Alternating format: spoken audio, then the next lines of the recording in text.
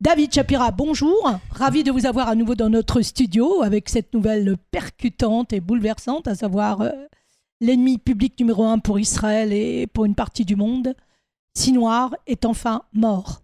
Oui, il a été liquidé, c'est une très très bonne chose. Et vous avez pu remarquer d'ailleurs les manifestations de joie et d'exaltation. Ceci dit, avec un peu de réserve, parce que nous avons eu le même jour l'annonce de 5 soldats qui ont été tués de l'unité des Golani, des commandos des Golani. Donc c'est une nouvelle qui nous attriste. Donc comme vous voyez, en temps de guerre, on ne peut pas non plus se réjouir totalement de la mort de nos ennemis. Mais il est sûr que l'élimination de façon de Yahya Sinwar est en fait la continuité de ce qu'est en train de faire justement le gouvernement israélien, l'armée israélienne. Et vous avez remarqué qu'il y a quand même des choses qui ont changé depuis quelques semaines, quelques petites semaines, depuis donc, cette opération des Bipères, oui. Où vous avez le chef d'état-major du Hezbollah et Nasrallah, le secrétaire général, et son successeur, son petit cousin, qui ont été éliminés. Et évidemment, on est en fait dans la continuité de l'élimination des grands ennemis publics numéro 1. Et là, c'est très important de dire une première chose qui est toute simple et évidente, mais il faut le dire. La dissuasion revient la dissuasion israélienne revient tout d'abord parmi les pays arabes, et puis vous voyez qu'on est supplié par tous les pays occidentaux, les États-Unis et la France en particulier, de stopper pour ne pas transformer le Liban en seconde bande de Gaza, car il faut savoir que la bande de Gaza est quasiment totalement détruite. Oui, tout à fait rasée.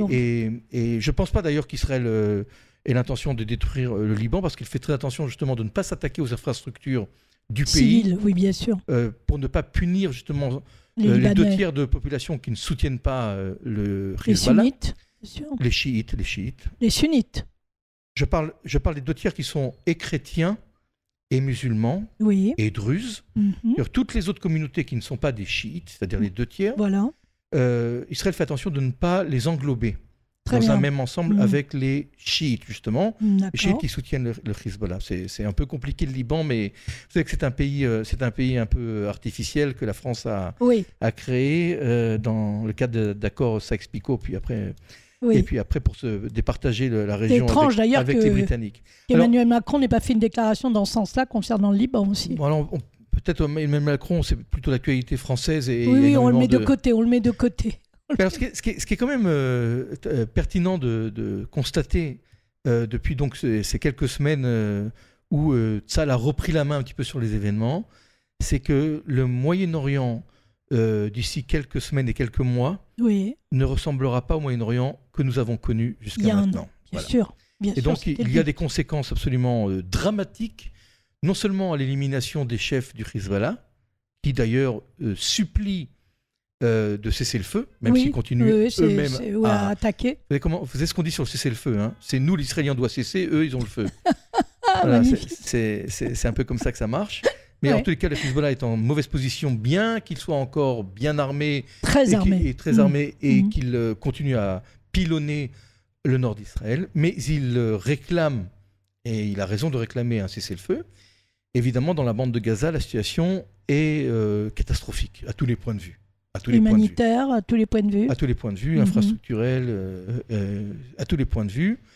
Et il faut se féliciter de l'élimination des Yahya Sinwar. Bien sûr. Mais il faut se poser la question, c'est une question qu'on se pose déjà depuis des mois, et après.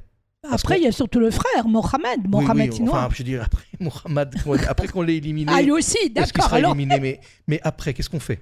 Après, qu'est-ce qu'on fait? Alors, on sait ce que ne veut pas Netanyahou, il ne veut pas l'autorité palestinienne. Bien sûr, il a raison.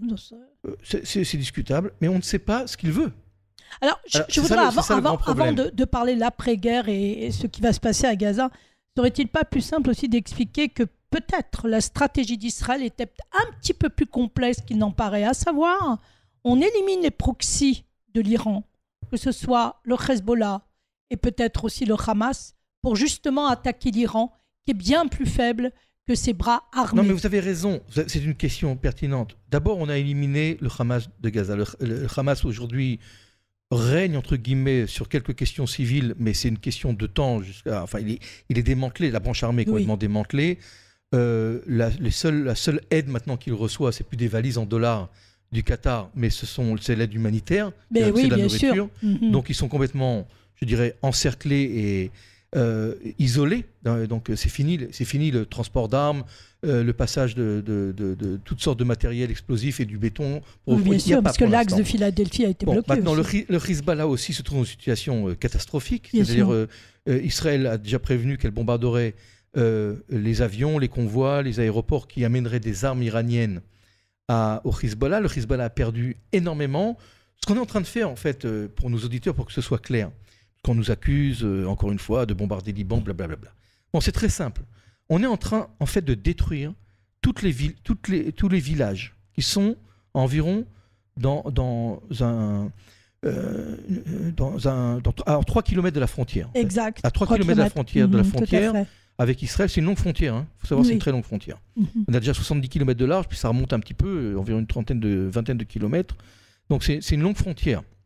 C'est presque 100 km de frontière, à mon avis. Donc on est en train de détruire tous les villages qui servaient en fait d'infrastructures terroristes au Hezbollah et de caches d'armes et de première position pour attaquer Israël. Donc ça sera entièrement détruit.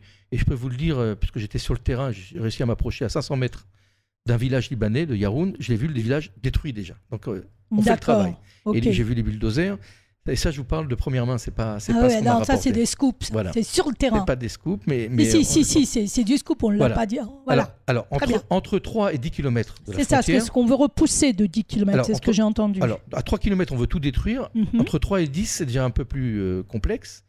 On aimerait que l'armée libanaise enfin prenne la main, le pouvoir, et contrôle qu'il n'y ait plus d'armes du tout dans cette bande qui va de 3 km au-delà de la frontière jusqu'à 10 km, que ce soit complètement démilitarisé et désarmé. Évidemment, on ne pourra pas exterminer le tiers de la population libanaise, c'est-à-dire les chiites. Alors oui, mais le Hezbollah, comment différencier la population libanaise du Hezbollah? C'est ça la vraie question. C'est impossible. Mais par contre, ce qui est possible de différencier du Hezbollah, c'est la branche armée du Hezbollah à la branche civile du Hezbollah. Et ça, Israël ne tolérera pas, encore une fois, des armes. Vous savez, après 2006, il y a cette résolution de 1701 qui prévoyait une zone démilitarisée du Hezbollah. Et petit à petit, le Hezbollah a été justement à grignoter jusqu'à planter des tentes. Vous vous rappelez, ces 2 tentes qui étaient juste en face de la frontière.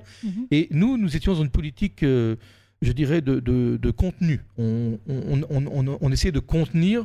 Parce que de toute façon, il y avait une relative, je ne dis pas paix, mais un calme relatif, un calme relatif dans la frontière. Donc il n'y avait pas de raison de commencer à attaquer, même si on voyait exactement ce que faisait le Hezbollah et qu'il violait systématiquement tout ce qui avait été convenu. Donc je pense qu'Israël, il faut différencier le Liban de la bande de Gaza.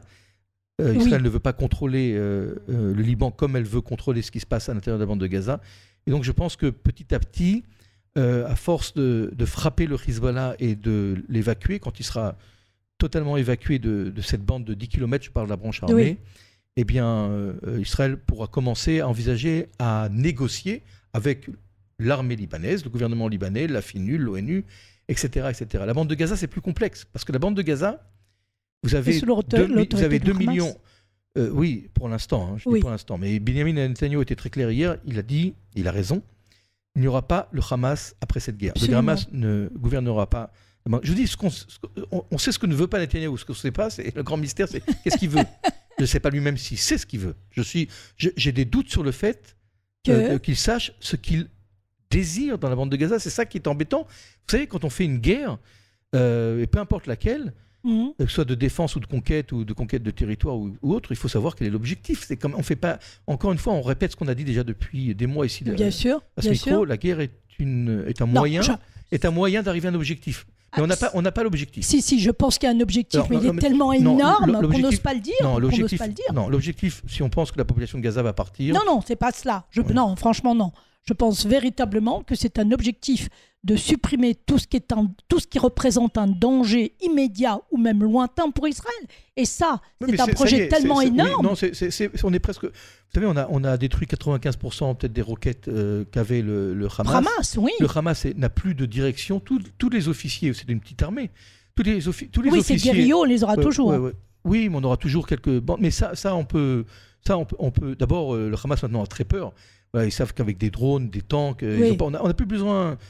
On a besoin d'envoyer des soldats vérifier s'il y a des cadavres, mais on n'a plus besoin d'exposer. Enfin, on expose beaucoup moins la vie des soldats parce que dès qu'il y a un tir d'un immeuble, l'immeuble s'effondre quelques minutes après. Vous comprenez ? De façon tout à fait mystérieuse d'ailleurs. Oui, c'est étrange. Voilà, donc le Gaza est démantelé. Le Hamas est démantelé à Gaza. Il reste quelques poches, on peut appeler ça entre guillemets de résistance, mais le problème n'est pas là. Le problème fondamental est qu'est-ce qu'on fait avec cette population qui aujourd'hui n'a plus où habiter, mais c'est pas ça, c'est pas. C'est eux qui ont causé la destruction de la bande de Gaza. Voilà. Bien sûr. Mais ça ne change rien. Il y a quand même 2 millions de personnes qu'il va falloir gérer. Et si nous, on ne le gère pas, peut-être que Netanyahou veut réinstaller un gouvernement militaire israélien. C'est possible, parce que Smotrich et Ben-Gvir parlent de réinstaller des villages civils, donc pourquoi pas. Je dis c'est une option. On n'est pas en train de dire qu'on est pour ou contre. Je dis c'est une option. Un gouvernement militaire comme il en existait, une administration militaire comme il en existait jusqu'en 2005. Avant 2005, oui, tout à fait, oui. Ou bien on trouve une solution originale qui comprend une force internationale. Non, on va pas revenir parce qu'on a vu le FINUL, on a vu l'ONU, on a vu ce que c'est. Avec les Émirats arabes, les Égyptiens. Je ne pense pas que les Émirats arabes, les Égyptiens soient aussi tendres et neutres que l'ont été les forces de la FINUL dans la bande de Gaza. Sachant que les Égyptiens, quand ils régnaient, quand ils administraient la bande de Gaza entre 1948 et 1967, ce n'étaient pas des personnes très tendres avec la population. Ah, ok. Voilà. Et les anciens de Gazaoui ont souffert, de l'autorité, je dirais, partiale de l'Égypte. L'Égypte savait tenir la population de Gaza. Ok. Et voilà. Donc, ils parlent le même langage. Vous imaginez. Donc, ça reste quand même le grand mystère. Encore un autre mystère. Est-ce que cette élimination va aider à la libération de nos otages ou pas? Ça c'est la bonne question. Ça reste une question. On peut conserver une pointe d'optimisme en sachant que Khaled Mashal, qui est aussi un ennemi, mais qui est anti-iranien. D'accord. Anti-iranien, qui ne supporte pas les Iraniens et qui se trouve au Qatar. Oui. Et qui a une ligne beaucoup plus pragmatique, je n'ai pas modéré, pragmatique. On peut envisager quand même une chance, une opportunité d'arriver à un accord pour la libération des otages. Mais, et là, on a encore une fois des levées de pression qui sont le Qatar. Oui. Et le Qatar peut faire pression sur Khaled Mashal, ce qui n'était pas le cas avant, quand tout était concentré dans les mains de Haniyeh et de Yahya Sinwar qui n'existe plus. Alors, quand même, une question. On a toujours pensé, on va bientôt clore, on a toujours pensé que c'était Sinwar qui détenait les otages. On s'est aperçu que non. Alors, la vraie question que tout le monde se pose, en tout cas le grand public, c'est où sont les otages ? Alors, il faut quand même, parce que nous réfléchissons, encore une fois, dans une pensée occidentale. Bien sûr. En imaginant que le Hamas contrôlait tout, faisait tout. Or, la bande de Gaza, comme dans beaucoup de sociétés arabes, est divisée en ce qu'on appelle en hamoulot, c'est-à-dire des tribus. Exact. Des grandes familles. Des clans. Et des clans, des grandes familles. Enfin, c'est des clans qui sont réunis autour du fait que ça vient d'un même patrimoine familial. Quoi qu'il en soit, il y a des hamoulot qui ne sont pas inféodés au Hamas, des clans, et qui même font peur au Hamas, dans la bande de Gaza. Et il semblerait que ces otages soient dispersés parmi ces clans. Et vous avez aussi un autre mouvement terroriste intégriste que vous n'avez pas souligné, c'est le djihad islamique. Et bien sûr, tout qui à lui fait. aussi détient probablement des otages. Donc on suppose que ces otages-là sont dispersés soit entre ces clans, soit au sein du djihad islamique, c'est des familles de façon tout à fait privée, parce qu'on sait qu'il y a des otages qui ont été pris, dispersés, qui ont été pris par des familles, des civils qui n'avaient rien à voir, enfin, qui n'étaient pas dans la préparation du 7 octobre. Donc voilà, et Israël a proposé d'énormes avantages socio-économiques, c'est-à-dire de l'argent en cash, une nouvelle nationalité en Amérique, un nouveau passeport pour ceux qui livreraient les otages vivants à Israël. Mais écoutez, sur cette note positive, en tout cas on l'espère, je vous remercie infiniment, David Shapira. Merci, nous souhaitons à tous nos auditeurs auditrices d'abord un bon Shabbat Shalom, bonne fin de fête de Sukkot, Simchat Torah, Shmini Atzeret, Chag Sameach, et surtout que nous entendions encore de bonnes nouvelles et que Mohamed Sinwar suive bientôt le chemin de son frère. Amen. Merci.